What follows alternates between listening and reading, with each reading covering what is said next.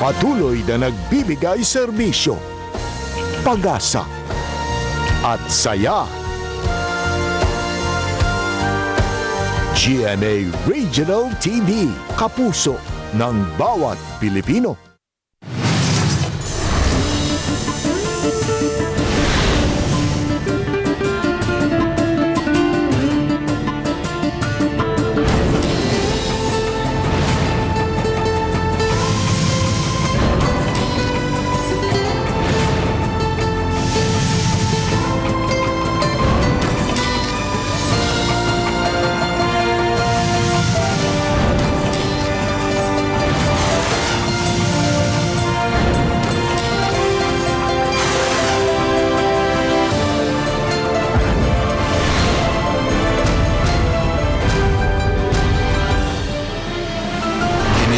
GMA Regional TV, Balitang Bisdak.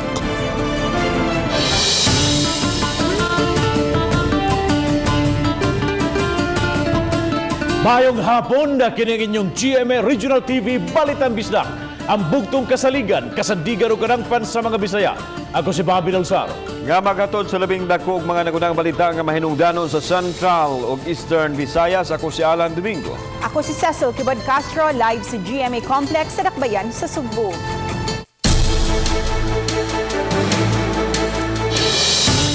Mga panimay sa mga nanimuyo sa sitio Litmon, Barangay Dumlog, Talisay, nangaguba. Samtang mga sakayan usab naguba tungod sa kusog nga bawd. Ang gikusgon sa bawd, mugna sa hanging habagat. Ang dugang detalye sa report ni Chona Carion. Nagsugod og kakusog paghapak sa bawd alas 9 kaganihang buntag. Mugna kini sa hanging habagat ug sa bagyong Leon. Usa ang barangay Litmon dinhi sa barangay Dumlog ang apektado kon bati ang panahon mauawhag sa otoridad ilabi na sa city disaster ug sa kapulisan nga mobakwit ang mga residente kon musaka na ang tubig dagat aron kalikayan ang disgrasya. Pipila ka mga panimay ang nagusbat tungod sa paghapak sa dakong bawd. Lakip na ang mga pump boat sa mga mananagat sa mga dapit gibandas usab sa dagkong bawd. Ang mga sakayan ma'am nangatuwad na nya daghan na kay stakan ni kanang taga dinhi nga natagak kay pagkuha sa iyang sakayan taon kay magkuha sa makina ba natagak taon siya apil sa bawd nga piting dakua ma'am. Ang amuha ma'am silbi na apil na sad sa bawd nga pit na tanawa among daanan pertinang kanang na apil og lunok sa kanang mga kuan diri sa bawd nga dagko kay pitin ng taas sa tubig hasta ang amuang mga ubang sanina ng lutaw. Ang mga residenteng apektado igo rang muhiklin sa ilang mga silingan. Ang search and rescue team sa Talisay City Police misusi usab sa coastal areas aron pagbadlong usab sa mga tawo nga maligo sa dagat, lakip na usab ang mga managat karong panahona. Samtang gipasusi ni Mayor Samsam Gulyas sa mga pulis uban sa City Disaster Risk Reduction Team ug sa Bureau of Fire ang landslide prone areas sa Dakbayan ilabi na sa Barangay Manipis ug kadtong dunay baha kagabi. You should not go to the sea now kay makita ninyo kusog kay bawd na to and kung moadto sila delikado gyud kayo. We will be coordinating with the Coast Guard, naaman tay Coast Guard sa Puok in order to reiterate these reminders. Gipaadto na to atong disaster team, BFP ug PNP sa bukid karon to reassess the situation. As far as flooding is concerned, na ay mga flooding concerns. So I have tasked my executive secretary si Dr. Rubio to handle tanan mga complaints in social media para maadtuan og tao para makakita tag for the meantime a band-aid solution and a long-term solution to it. Uban ni Rirante Quiñones, Chona Carion, Balitang Bisdak. Nasinati usab ang pagbaha sa mga daghang bahin sa Mandaue City gumikan sa kusog ug way puas nga pag-uwan-uwan. Usa ka barangay may moabot og 3 ka mga pamilya ang temporaryong gipabakwit. Ang report ni Nico Serino. Nagtipon og nga mga basura kini makita sa bahin sa Mahiga Creek nga nag-uwang sa Mabolo, Cebu City ug subang dako Mandaue City. Gumikan sa kusog nga bulog sa tubig na dagsa ang mga basura. Atol sa kusog nga uwan misuyla ang sapa ug nakabaha sa kasikbit nga mga balay ug establishmento. Samtang kuha kini sa grabing baha sa bahin sa highway sa Barangay Tipolo, Mandaue. Sa kalawom sa tubig, daghan ang nangatanggong. Ang ubang mga sakyanan na aberya gyud sa lugar nga kanunay nang bahaan. Nakahubas na hinuon karon ang tubig. Kaganihang buntag, kini mga trabahante sa DPWH Maintenance Division na busy sa pagpanglimpyo sa dapit. Aminado sila, daghan ang mibara sa drainage, basura ug yuta ug misangpot kini sa pagbaha. Masampungan na ni mga bas ba? Mao ni mga basa among panguha. Kay masampungan man sir. Pero og dili lang kayo kuha ng uwan, normal ra. Mo drain ra ang atong tubig diri sa drainage ba? Pwede mi nakaingon sir? Oo, hasta ng mga plastic lagi. Sa pipila ka parte sa 6.5 relocation site sa barangay Paknaan, may nasinating pagbaha apan di kuno kaayo grabe matod sa mga residente. Sa zone Ahos, wala ra musuyla ang sapa ug matod sa mga mulupyo nakatabang ang riprap nga gi-construct. Kaganihang buntag, kusog pa ang bulog sa tubig sa sapa. Apan wa kini makapugong sa mga bata nga mag-enjoy sa ilang pagpangaligo ug daw sa nagpaanod-anod paniini. Samtang gibutyag sa City Disaster Office na sinati ang mga pagbaha sa mga naandan nga flood-prone areas. Sa barangay Tingob, may 3 ka pamilya nga gipabakwit kagabi gumikan sa kadelikado sa ilang dapit. Nahamugunay ko sa una kana sapa. Nya pagtukod ang mga building dagko gipang punuhan ba. So wala nagamit ang wala silbi ang katong sapa ba. Creek. Muna na nga wala kalutsan ng tubig. Giauhag sa CDRRMO ang katawhan, magmatngon gihapon kay hayan magpadayon pa ang nasinating kahimtang sa panahon. Uban ni June Solon, Nico Sereno, Balitang Bisdak. Nakabsan yun sa kinabuhi ang retiradong pulis nga gipusil samtang luwan sa sakinan. Nagsubay ang gisakyan sa Dan sa sitio na Sipit Barangay Talamban, Dakbayan sa Cebu. Personal o kanhi trabaho ang lakip sa gitutukan sa mga otoridad nga motibo sa krimen. Ania report. Nagmaniho si retired Police Inspector Edmond de la Rosa Hongko sa pick-up uban siyang asawa. Sa inisyal nga pakisusi sa Talamban Police Station, gisundan ng daan ang biktima sa duha ka lalaking nagmotorsiklo nga mipauwan kaniya og mga bala. Nakapadagan pa siyang sakinan si Hongko og mibangga sa mga suspek apan nakabangon ang mga suspek og mipusil pa sa gisakyan sa biktima. Nakaatras ang sakinan dayon mipadagan og didto na sa unahan, nakabangga usab og mga motorsiklo. Nag-full face helmet ang mga suspek og lisod silang mailahan. Naigo si Hongko sa iyang liog og tiyan. Gideklarar siyang patay pag-abot sa tambalanan. Samtang natapsingan pas bala ang tangkugo sa iyang asawa nga naa sa luwas nga kahimtang. Ang initial nga atong na-info sir sa kuan sir is naisamad pinusilan si Sir Hongko sa liog sir ug usasad sa iyahang right side diri sa may upper right sa iyahang kuan sir tiyan. So ang initial na kuan nato sir is wala kagawas ang bala. So mura nag-internal damage. Samtang na-recover sa kapulisan ang motorsiklong gigamit sa duha ka mga suspek nga gigamitan og tampered nga plaka. Na-recover usab sa kapulisan ang motor nga giilog sa mga suspek nga gigamit sa pagpalayo sa dapit. Human, magusbat ang motor nga una nilang gisakyan. Ang initial nga motor nila sir is Inmax sir. Okay. Then pagka mauli sir guba na, nidagan sila dito sa other side of the road nga in the direction padung sa downtown sir. Nakakuha sila sila na ilog nga motor sa usa ka civilian which is ang Mio Aerox unya na-recover nato ang maong motor sa Lahog area sir. Si Hongko taod-taod ng militero sa katungdanan isip sakop sa CIDG. Kalabihitan sa kanhi trabaho may posibleng motibo sa pagpatay nga gisundan karon sa kapulisan. He is handling controversial cases also, mga significant cases. So most probably you'll be looking into deeper in the work related. Sa pagkuto ning balita, wa pa maka-issue og statement ang pamilya sa biktima. Kauban si Marlon Milgaso, ako si Alan Domingo. Balitang Bisdak.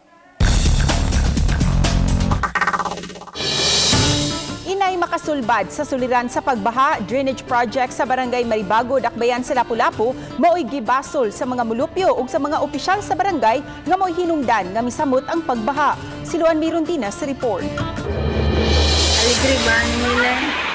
Daw sama sa nahimong sapa ang palibot sa mga panimay nga anaa sa lupa nga bahin sa barangay Maribago dihang mibunok ang kusog nga uwan niadtong hinapos nga bahin sa Agosto. Tungod sa kataas sa tubig, migamit na og rubber boat sila si Ruel Hias ug mga silingan aron makalabang. Hinuon sa nasinating uwan kagabi, nakamugna lang kini og limaw. Apan may pipila ka mga panimay nga daw nagbarog na sa fish pond kay nagpabilin pa ang napundong tubig nga gilumutan na. Nabalaka ang mga mulupyo sa dapit nga subling masinati ang grabing pagbaha, ilabi na kay anaa ang southwest monsoon. Napobya na may anang basta mag-uwan magsigmig mata-mata kay maghipos mi sa mga butang ba kay daghan mga basa gitaw ng mga butang. Ang balay nila ni Editha Soberano gipaabunuhan na lang aron lang musaka ang elevation niini o aron dili na makasulod ang tubig sa ilang panimay. Kay tungod sa drainage og pila na lang di kaabot og 30 minutes ang tubig ari manggudagan tanan diri sa amoa kay murag kuan ba ang gikan dito sa pahak. Mismong si Maribago Barangay Captain Rosalino Abing midason sa reklamo sa mga mulupyo ug mitumbok sa drainage project nga nakapasamot na hinuon sa problema sa pagbaha sa ilang barangay. Kini ang drainage project nga iya sa DPWH nga gilauban untang makasulbad sa suliran sa mga pagbaha dinhi sa Barangay Maribago. Apan ang mahitabo matag higayon nga mubunok ang uwan, gikatahong muawas ang tubig gikan dinhi sa drainage ug mopadung ngadto sa mga panimay nga nabutang sa lupa nga bahin. Mao gyud na siya kuan ma'am, imbis ang kuan nato makatabang, ang problema na noon nakadugang sa problema. Ang among gibuhatan niya is kuan lang kanang maghabu ara pinagis makina ma'am. Ang maintenance engineer sa Cebu 6th District Engineering Office sa DPWH, Engineer Eda Di Guzman, may pasabot nga wala makalusot ang budget alang unta sa laing drainage project nga mo'y mo connect sa kasamtangang drainage project paingon sa outfall niini. 2018 unta dungan nga trabahoon ang duha ka proyekto. Og na-realize to siya adto to siya motap ang Pahak Maribago nga drainage sa ato ang gi-delete ba nga project. So nahug og nahanging ang kaning pahak. So og muuwan tungod kay wala siya matapingan, wala siya outfall. So it will cause good flooding. Hinuon matod ni Di Guzman, naghimo lang una sila og 260 meters nga line canal isip band-aid solution sa suliran. Among gipagawas dito sa murag low-lying elevation ba nga adto dito makatagak ang tubig. Pero wala gyud siya klaro nga outfall, but okay ra kayo siya kay murag ni-solve man gyud siya. Nawala man gyud tong flooding. Uban ni Godfrey Rilien, Luan Mirondina, Balitang Bisdak. Mga pag-uwan-uwan sukad kagahapong adlaw, bisangpot sa pagbaha o pagdahili sa yuta sa pipinakabahin dinhi sa Dakbayan, Cebu. Ang pag-uwan-uwan dinhi sa Cebu, matod sa Pag-asa Visayas, resulta sa habagat nga gipakusog sa bagyong Leon. Adunay live report si P. Marie Dumabog. Fem.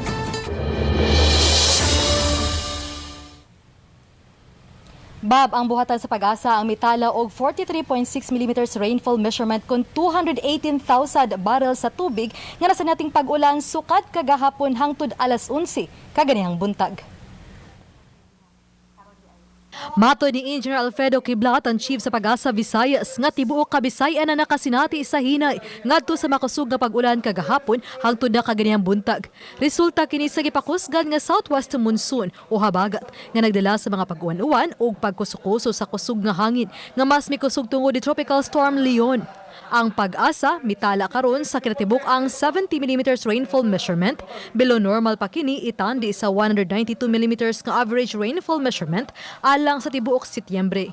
So dapat sa tingulan na dili gini pagkumpiyansaan kay daghan pang mga higayon na makasinati tag mga tulong ikalit ng mga bundak sa ulan nga pwede makabulag baha dahil sa yuta mag-amping ta. Ang ikadusing nga bagyo nga misud sa nasod Tropical Storm Leon ang gilatawang makagawas sa Philippine Area of Responsibility ugma. Nakakusyon sa 215 kilometers west-northwest of Coron, Palawan. So, basically, nakagawas na siya sa kayutaan sa northwestern portion sa Luzon. So on the way na ni siya, padulong sa West Philippine Sea, mugawas sa PAR, atong expected ugma sa sayong buntag. Gawas sa Metro Cebu, waray na dawat nga report ang Office of the Civil Defense sa Central Visayas sa mga insidente sa pagbaha ug pagdahili sa yuta sa Bohol, Siquijor, Negros Oriental. Ang Cebu Provincial Disaster Risk Reduction and Management Office ni mando sa mga ILDRIMS sa paghimo og preemptive evacuation kuno galing adunay unusual nga pagsakas sa sapa. Disseminated already the advisories sa atong LDRMOs nga nag-meeting po sa ato ang CPPO so for them to alert their stations also, but so far wala tayo na kuha nga reports of incidents or landslides as of this time. Riverbanks sa Puyo nata sa coastal area nga maigmaton gyud magpabilantayon sa tanang panahon. Labi na nga karon September to December kaning mga buwana ato gining share nga moatubang sa mga kalamidad labi na ning Nakadawat og report sa mga pagbaha ug pagdahili sa yuta ang OCD-7 sa Metro Cebu. Bab mato di kiblat nga arang-arang nga panahod ang atong masinati sa Kabisayan karong Biyernes. Apan dili gyapon ang ngayan nga mukumpiyansa kay posible gyapon masinati ang hinay kasarangan ngadto na sa makusog nga pag-ulan matag karon ug unya. Kay anaa pa man gyapon ang habagat ug ana pa kita sa rainy season. Bab, daghang salamat Faye Marie Dumabok sa imong report.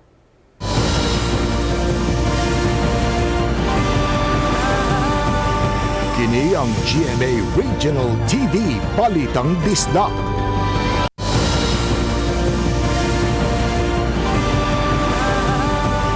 Kini ang GMA Regional TV Balitang Bisdak. Tulo ka balay sa sitio Kadauhan, Barangay Talamban, Indakben, Sugbo, apektado sa pagdahili sa yuta, gumikan sa way puwas nga pag-uwan-uwan. Ano ang report?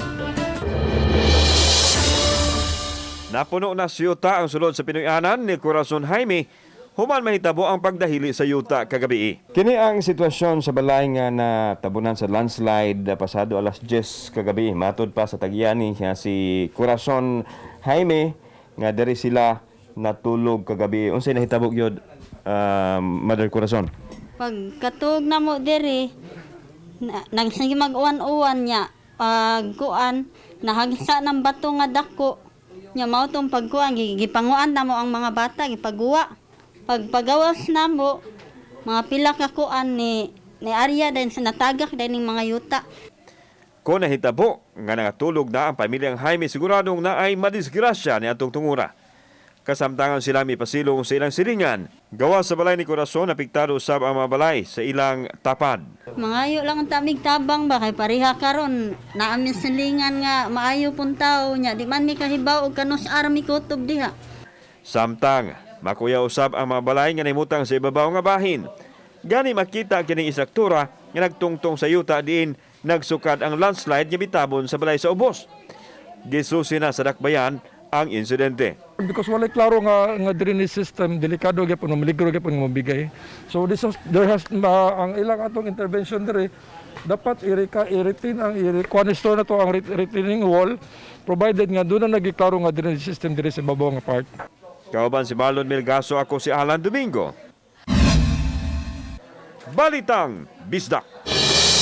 Limitado lang adto sa 25% ang pasudlon sa masamaang salakbayan sa Lapu-Lapu sugod sa Oktubre 15. Hinoon, tugutan ra mga senior citizen nga makaduaw sa mga lubong sa ilang mga mahal sa kinabuhi.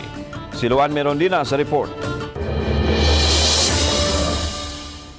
Sa tigom ganihang buntag, uban sa mga administrators sa 5 ka mga samang sa dakbayan sa Lapu-Lapu, nasabutan nga inay 10% lang ang tugutang makasulod sa mga samang matag adlaw sugod sa Oktubre 15, gisaka kini ngadto sa 25%.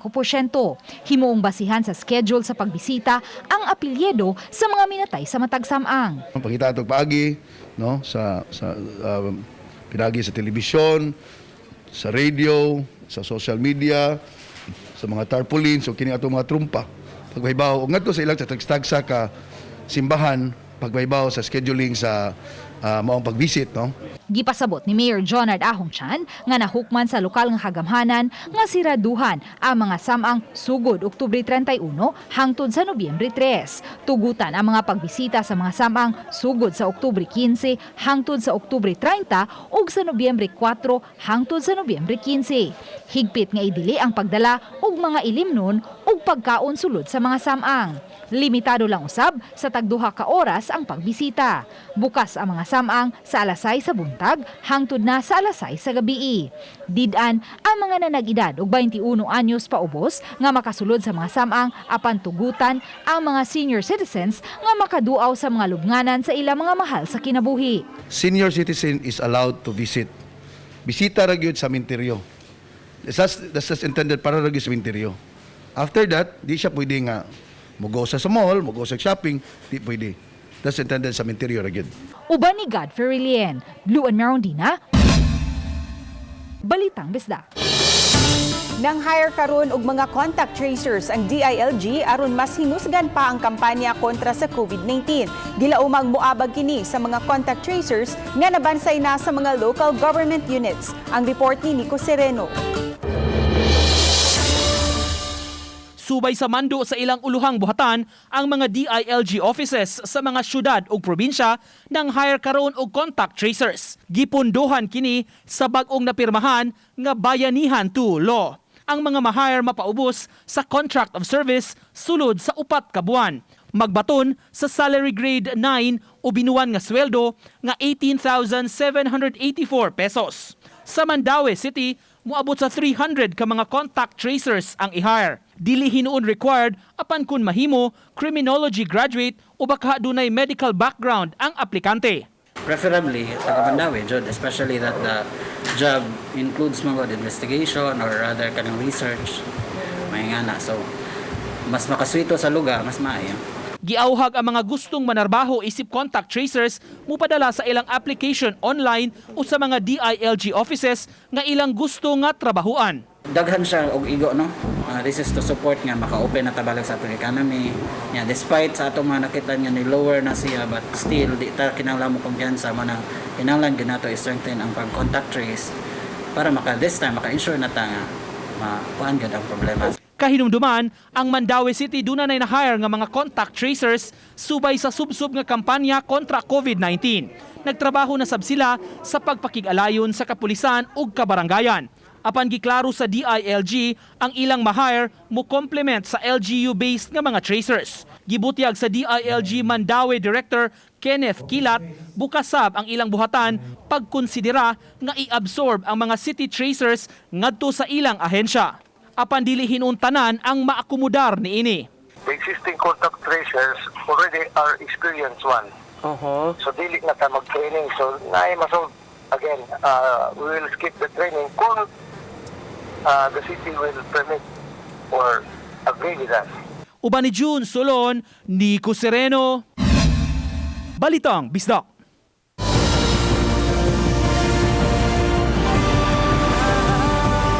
Kini ang GMA Regional TV Balitang Bisdak.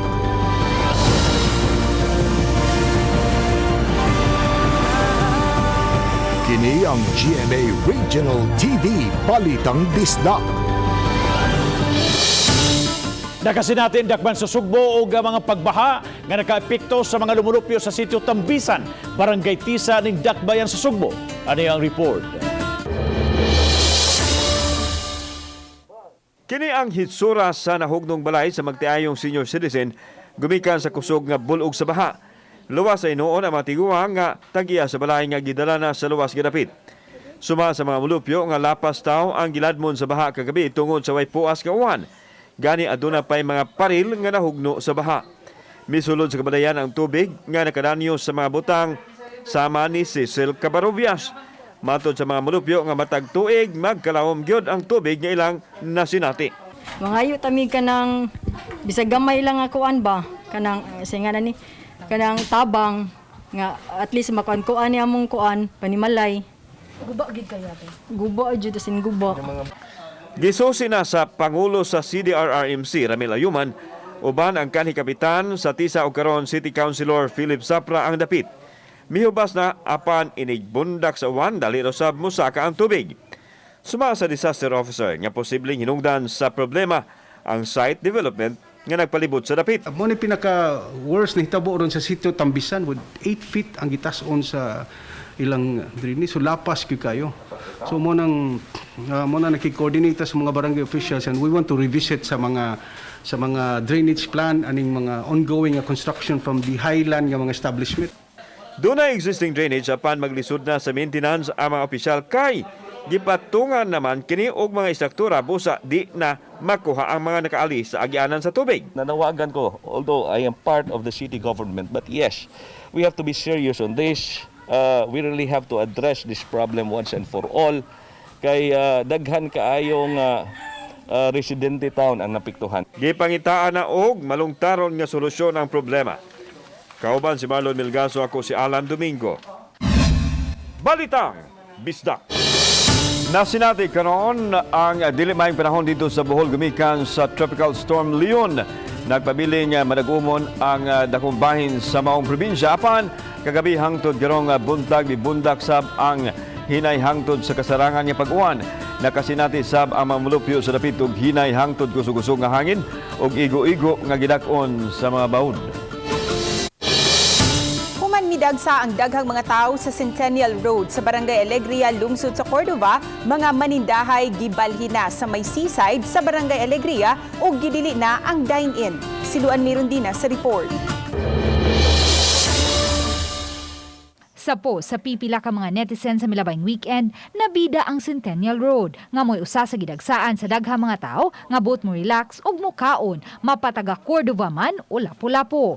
Hamugaway ug halapad ang dapit. Apan tungod kay midagsa ang mga tao nga nag-exercise ug nagbanding uban sa ilang mga higala ug pamilya, samtang nangaon nahikalimtan ang social distancing. Subay ni ini, gimando ni Mayor Mary Therese Toycho nga ibalhin sa unahang bahin sa Centennial Road daplin sa dagat ang tanang mga stall sa Centennial Road. Ang objective sa gid ni Mayor is para sa jud mabalik ang mga panginabuhian sa mga naninda ba.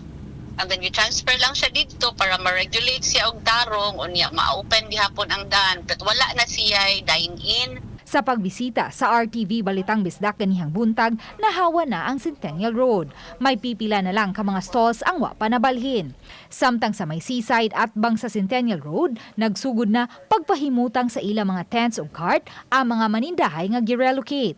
Apan nabalaka ang magpapatigayon nga si Alan Ibanez nga maapektuhan ang ilang paninda sa bag-o nilang pwesto. Daghan jud taon kayong na kuan nga ang ilang mga puhunan dagko ba nya wala bitaw kuan kanang wala sila halin kay ang mga tao kasagaran diri mga ra man gyud nya kuan tagsar man na mo take out naanda nila ba sa dito pa sa Centennial Road nya karon ang area namo kay nakatag-katag lagi tungod ani nga naay mga tubig-tubig. Gitahasa na sa lokal nga kagamhanan ang mga opisyal sa Barangay Alegria sa pag-regulate sa mga manindahay sa dapit ug pagsiguro nga mapatuman ang mga health protocol. Uban ni Godfrey Rilien, Luan Merondina, Balitang Bisdak.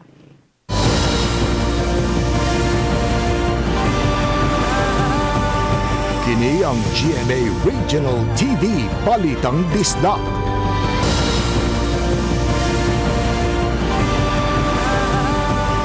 Kini ang GMA Regional TV Balitang Bisdak. Pilipinas anaasa ika-21 na ka mga nasod sa tibuok kalibutan ang may labing daghan nga hitaptan sa COVID-19. Sa kagahapon nga data, aduna tala nga 269,407 COVID cases sa Pilipinas. Ang report ni Faye Marie Dumabok. Usa sa rason nga kanunay ang pahinumdum sa otoridad bisan kun mas daghan ang mga nangaayo sa sakit dala sa coronavirus. Nga dili gihapon angayang mo kumpiyansa. Gani sa data kaganiyang udto dul-ana sa 30 milyones ang COVID case sa tibuok kalibutan. 20 milyones niini naka-recover na hinuon. Sa data sa DOH kagahapon sa hapon, ang kaso sa nasod mukapi na sa 269,000, nadugangan kini og kapin sa 3,000, hinungdan nga naa na sa 57,392 ang mga aktibo nga kaso. Kapi daw sa binuon sa 207,000 ang natalang nangaayo na. Sa data sa Central Visayas kagahapon, nadugangan og usa ka gatos nga mihatod na sa 19,878 nga kaso. Samtang naalang sa 1,485 ang aktibo nga mga kaso.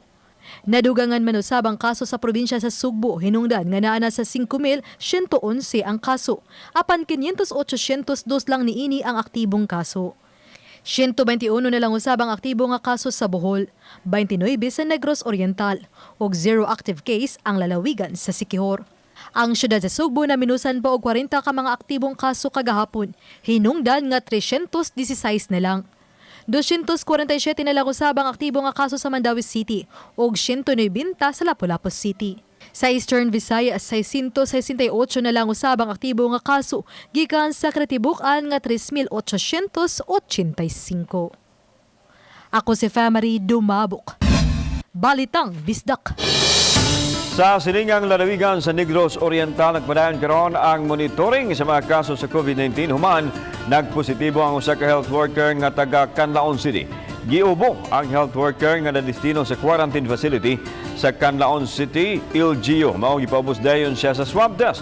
Matod ni Dr. Lilan Estacion, tigpamaba sa Negros Oriental Provincial Health Office, nga posibleng natakdan ang health worker sa nagpositibong locally stranded individual nga gi-quarantina.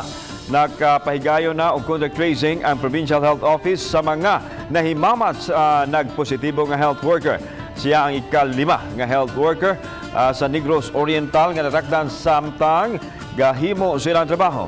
Nangaayo na hinuon ang 4 nga unang nagpositibo sa virus, samtang nagpositibo sa COVID-19 ang taga Zamboanguita, Negros Oriental nga 38 anyos nga babaeng LSI nga gikan sa Dakbayan, Cebu. Asymptomatic hinuon ang pasyente nga kasamtangang anaa sa isolation facility sa Zamboanguita, LGU. Niabot na sa 149 ka mga confirmed cases sa COVID ang lalawigan, na po ang active cases, samtang 135 na ang total recoveries.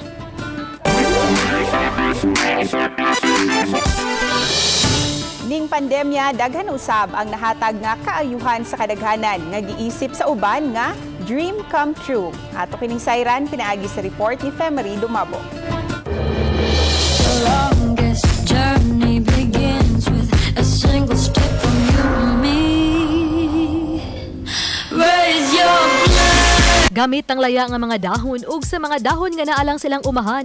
Yano lang tan-awon apan nahimo kining usa ka bongga og manindot nga gown. Hinimo kini ni Jessie Gatuslao, 36 anyos, usa ka nurse. Ug iyang gipamodel ang iya ra usab nga igagaw nga si Antoinette nga may damgo usab nga mosalmo sa mga pageant. Laing igagaw usab ni Gatuslao nga hilig sa photography, ang iyang gikuha isip photographer. Kini tanan nahatagan og katumanan ning quarantine. Ang purpose lang talaga namin is to make Antoinette dreams come true. Purpose, bakit gumawa kami ng dresses out of biofashion. So bonus na lang yung mga tao na napasaya namin. Pagpawa sa stress ang pagdisenyo ni Jessie sa gown nga maoy iyang lingaw human sa trabaho gikan sa pampublikong tambalanan.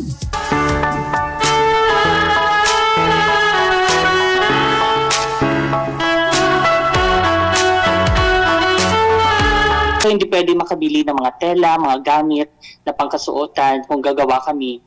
So sabi namin, so why is it we will try a biofashion which is sustainable, readily available, and of course inexpensive.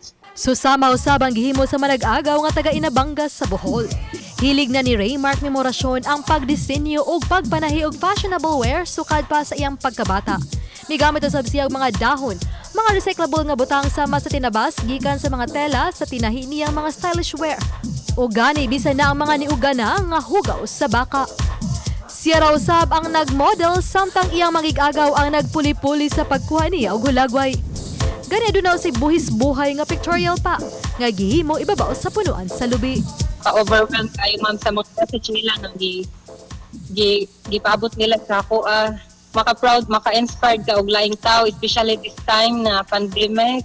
Sila si Gatuslao og Memorasyon pipila lang sa mga Pinoy nga nangita og mga pamaagi aron mahatagan og katumanan ng ilang mga damgo ug makapalipay usab sa uban. Uban ni Cleofer Lumayag. Ako si Family Dumabok. Balitang Bisdak. Mga kapuso, inyong makita kining maong episode sa official website sa GMA Regional TV sa www.gmaregionaltv.com. Bisitaha usab ang atong official YouTube channel GMA Regional TV o gi-click ang subscribe button alang sa mga init ug nagunang mga balita o kasayuran gikan dinhi sa mga rehiyon. Daghang salamat sa mga kapuso nato apil na ang nasigawa sa nasod nga nakisayod sa mga dagko ug mga nagunang balita sa rehiyon. Ako si Alan Domingo. Ug gikan namong tanan dinhi sa Central ug Eastern Visayas, ako si Cecil Kibod Castro. Ang inyong balita, ang among balita, kay matag lokal nga balita, mahinungdanon. Kinang inyong GMA Regional TV Balitang Bisdak. Buong puso para sa Pilipino. Ako si Bambi Norsaro. O usa ka gatos ka adlaw na lang yun, mga kapuso. Pasko na! Mayong hapon, mga kapuso.